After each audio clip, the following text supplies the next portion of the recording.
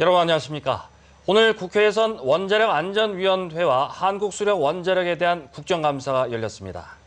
이번에도 원전의 안전관리가 부실하다는 질타가 쏟아졌습니다. 장성훈 기자입니다. 원자력안전위원회가 과연 원전 안전을 최우선시하는지 의심스럽다는 지적이 이어졌습니다. 원전과 갑상선암의 상관관계를 인정한 법원의 1심 판결이 나오고 원전 인근 주민의 갑상선암 발병률이 높다는 정부 역학조사 재분석 결과까지 나왔는데도 적극적으로 대처하지 않고 있다는 겁니다. 다시 재분석한 결과 원전 시설 주변의 남녀 성인 갑상선암 위험도가 타 지역에 비해서 3배 이상 더 높은 것으로 나타났습니다. 또한 합리적 의심을 가지고 조사를 다시 진행할 필요가 있는 것이죠. 특히 독일, 프랑스와 달리 방사선에 취약한 미성년자에 대한 역학조사를 하지 않은 것도 문제가 됐습니다. 또 0 내지 4세 이하의 백혈병이 76%나 증가했다. 이거 혹시 아세요? 이런 연구 결과. 아니요. 이런 상황에서 원자력 관련 학회들이 원전과 암 발병과의 상관관계를 앞장서 부인하고 원자력안전위원회가 이를 지켜만 보는 건 핵마피아가 여전히 존재한다는 증거라는 주장도 나왔습니다. 원자력 관련 학회 임원의 절반가량이 한국수력원자력이나 원전 관련 공공기관 출신이고 이들 학회 운영 비용의 상당액을 한수원과 공공기관들이 제공하고 있다는 겁니다. 이거의 문제의식을 느끼지 못하는 원안위원장님, 한수원 사장 이하 임원진들, 이 자리에 계신 공기업 간부님들 전부 다 이 카르텔 안에 들어있기 때문에 문제의식을 못 느끼시는 겁니다. 그리고 이거 핵마피아라고 할 수밖에 없는 겁니다. 원전 사고 때 가장 먼저 현장을 관리해야 할 원자력안전위원회가 원전 밀집 지역이 아닌 서울에 있는 이유에 대해서도 추궁했습니다. 이 좁은 땅덩어리에 원전 안전을 위한다는 원안위가 원전 밀집 지역의 반대편 끝자락에 위치하는 것이 과연 옳은 것인지. 원전 사고에 대비한 방사선 비상진료기관은 엉터리로 관리되고 있는 것으로 드러났습니다. 지정병원의 전문의 숫자는 부풀려졌고 10년 전 확인 결과가 국감 자료로 제출됐습니다. 고창종합병원 홈페이지 들어가면 전문의 자격 이상을 가진 사람 8명밖에 안 됩니다. 18명이라고 한 게 이게 언제 자료인지 혹시 아세요? 10년 전 자료예요. 의원들은 이 밖에도 해외 부품의 시험 성적서 조사가 2년 넘도록 지지부진하고 외부 공격에 대한 방호 시스템과 화재 대비에도 여전히 허점이 있다며 보완책을 주문했습니다. MBC 뉴스 장성훈입니다. 한국은행 포항본부가 집계한 지난 8월의 경북 동해안 어업 부도율은 1.15%로 지난 7월에 0.76%에 비해 큰 폭으로 상승했습니다. 이는 포항의 중소형 가구와 도소매 업체, 설림병원 등에서 고액의 부도가 발생했고 포스코 플랜트 관련 협력업체에서도 어업 부도가 발생했기 때문입니다. 한편 올해 7, 8월 어업 부도율은 0.93%로 유아산업 부도 여파로 급등했던 지난해 4분기 0.83%보다도 높아졌습니다. 해양수산부가 수산자원 보호와 어업 질서 유지를 위해 내년부터 불법 어선을 감척 사업에 포함시켜 퇴출할 계획입니다. 해양수산부는 연근해 어장의 수산자원 회복을 위해 근해 어선 지정 감척 추진 계획을 마련하고 지자체를 비롯해 수협과 어업자 단체 등을 대상으로 의견 수렴에 들어갔다고 밝혔습니다. 특히 수산자원에 미치는 영향이 큰 업종 가운데 자원 보호와 어업 질서를 저해하는 어선을 위주로 감척 사업에 포함시킬 방침입니다. 해양수산부는 지난 1994년부터 현재까지 어선 19,000여 척을 감척한 데 이어 내년부터 오는 2023년까지 119척을 감척할 예정입니다. 정의당과 환경단체가 포항 국가산업단지의 환경오염이 심각하다며 민관협의체 구성과 특별법 제정 등을 촉구했습니다.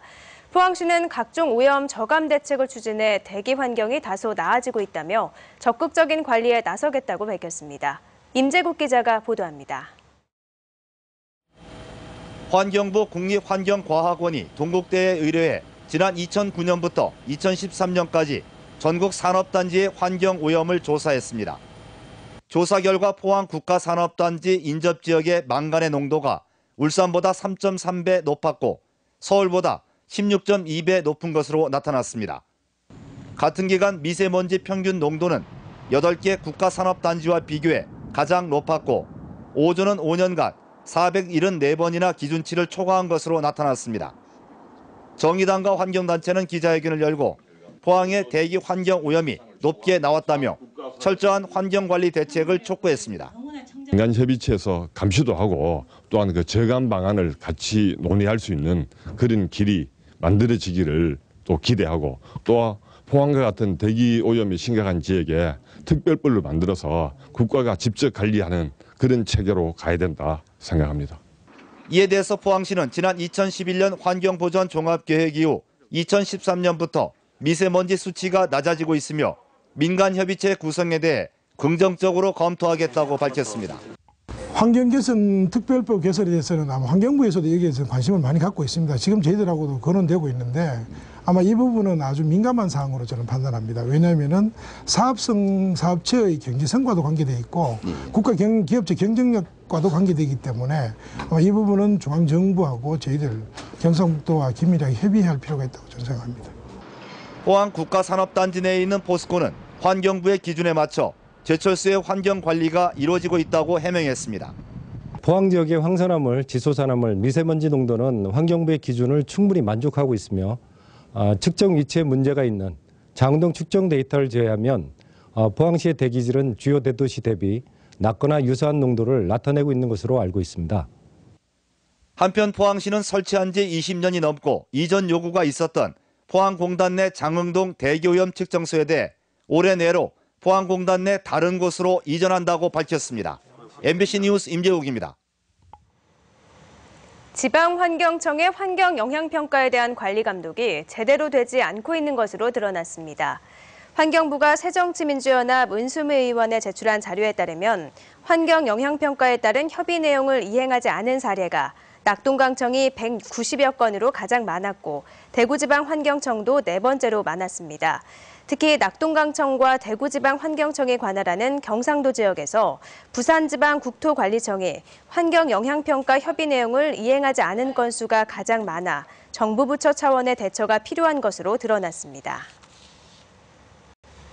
포항과 안동을 오가는 31번 국도 죽장면 인근은 낙석 사고가 잦은 구간인데요. 최근 관리기관에서 안전 그물망을 설치했지만 주민들과 도로를 이용하는 운전자들은 여전히 불안하다며 우회도로나 암석의 완전 제거를 요구하고 있습니다. 박상환 기자가 현장 다녀왔습니다.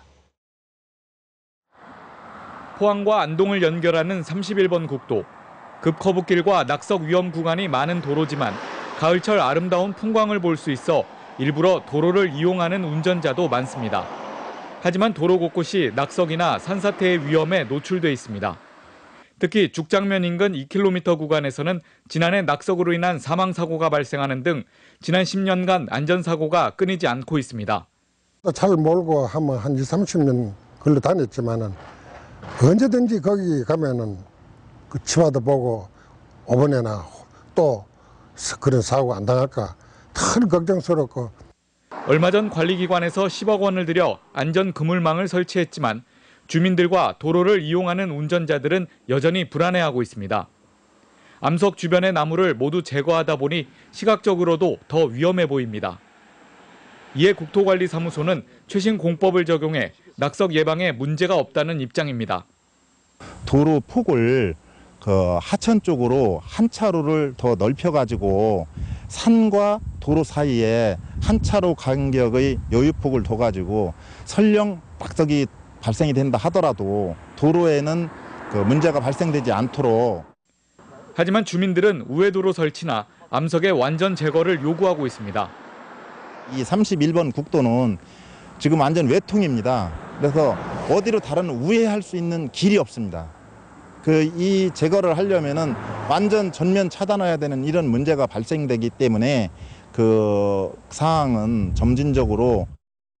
도로 여건이 열악한 지방도와 시군도, 농어촌 도로에는 상습 낙석 위험 지역이 많지만 예산상의 문제 등으로 여전히 안전 예방에는 미흡한 실정입니다.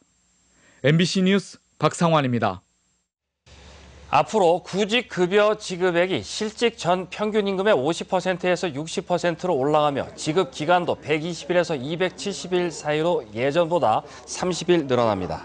고용노동부에 따르면 이에 따라 실업급여 수급자의 1인당 평균 수급액은 올해 496만 3천 원에서 내년 643만 원으로 늘어날 전망입니다. 실업급여를 받을 수 있는 요건은 엄격해져 이직 전 24개월 동안 270일 이상 일해야 하고 실업급여를 받은 뒤 90일 이상 취업하지 않거나 5년 안에 3회 이상 실업급여를 받는 사람은 집중 재취업 지원 대상으로 지정돼 특별 감독으로 받습니다. 신라 천년의 역사와 문화를 계승하는 지역 예술인들의 문화축제 신라문화제가 오늘 개막했습니다. 올해 43번째 열리는 이번 신라문화제에서는 풍물경연대회, 전국시조경창대회, 한시백일장, 화랑씨름대회 등 15개 분야에서 다양한 행사가 경주 곳곳에서 펼쳐집니다. 이번 신라문화제는 오는 12월 3일 신라왕경 사찰을 주제로 한 학술대회를 끝으로 폐막합니다. 실크로드 경주 2015 관람객이 어제 개막 46일 만에 100만 명을 돌파했습니다. 특히 문경 세계군인체육대회 미국과 페루, 브라질 출신의 10여 명으로 구성된 트라이애슬론과 사격 선수들이 실크로드 경주를 찾는 등 오늘 11일까지 매일 선수단도 경주를 방문할 예정입니다. 김관용 경상북도지사는 추석 연휴도 없이 일하고 있는 경주 엑스포 조직위 직원들을 찾아 격려하고 최선을 다해 유종의 미를 거둬줄 것을 당부했습니다. 이강덕 포항시장은 오늘 대구은행 포항 출장소에서 청년희망펀드에 기부 약정했습니다. 청년희망펀드는 월급의 일정 비율 또는 일시금으로 취급은행의 계좌 개설과 함께 공익신탁 가입 신청서에 서명하면 됩니다. 기부자에게는 가입금액 15%의 세액 공제 혜택이 주어지고 기금은 청년 구직자 지원과 일자리 창출 지원, 비정규직 청년 취업 기회 확대 등에 사용됩니다. 울진 앞바다에서 발견된 남성 변사체가 천안 60대 부부 살인 사건의 용의자인 것으로 밝혀졌습니다. 포항해양경비안전서 등에 따르면 지난 4일 오후 5시 5분쯤 울진군 후포 남방 3마일 해상에서 조업을 하던 체납기 어선 에소 선장 58살 이모 씨가 표류 중인 변사체를 발견하고 신고했습니다. 해경은 변사체를 인양해 지문 채취 등 신원 확인 결과 지난달 23일 충남 천안의 한 다가구 주택에서 발생한 60대 부부 살인 사건의 용의자인 것으로 확인됐습니다. 오늘 경북 동해안 지역은 일교차가 크게 벌어졌습니다. 이제 아침 저녁으로는 공기가 꽤나 쌀쌀한데요. 내일도 아침 기온이 오늘처럼 낮겠습니다. 자세한 날씨 양태빈 기상캐스터가 전합니다. 네, 한낮의 가을볕은 따스하지만 아침 저녁으로는 꽤나 쌀쌀합니다. 오늘 밤 사이에도 기온이 크게 떨어지겠는데요. 내일 아침 최저 기온이 포항 14도, 경주는 9도로 오늘처럼 춥겠습니다. 낮 기온은 빠르게 올라서 일교차가 극심하겠습니다. 내일 아침과 낮의 기온차가 포항 9도, 경주는 무려 16도나 차이 나겠는데요. 입고 벗기 쉬운 옷차림이 좋겠습니다. 안개 소식 있습니다. 내일 아침 곳곳에서 안개가 끼겠는데요. 교통안전에 유의하셔야겠습니다. 또 건조한 공기에 불조심하셔야겠습니다. 자세한 지역 날씨 알아보겠습니다. 내일 경북 동해안 지역은 맑다가 구름 지나겠습니다. 아침 최저 기온은 9도에서 14도, 낮 최고 기온은 22도에서 25도가 되겠습니다. 울릉도와 독도는 쾌청한 하늘 보이겠습니다. 아침 최저 기온은 울릉도 14도, 독도 17도로 예상되는데요. 낮 최고 기온은 울릉도 21도, 독도 20도가 되겠습니다. 동해 전해상 대체로 맑다가 구름이 지나겠습니다. 파도는 0.5에서 1.5m로 일겠습니다. 이번 주는 내내 맑다가 토요일에 비 소식이 있겠습니다. 날씨였습니다. 포스코가 최근 윤리실천 프로그램을 본격적으로 가동했습니다. 윤리실천 프로그램은 임직원이 윤리실천 수준을 스스로 진단하고 업무상 비윤리 행위를 발굴해 개선하는 것으로 포스코를 비롯해 20개 그룹사가 임원 단위로 참여합니다.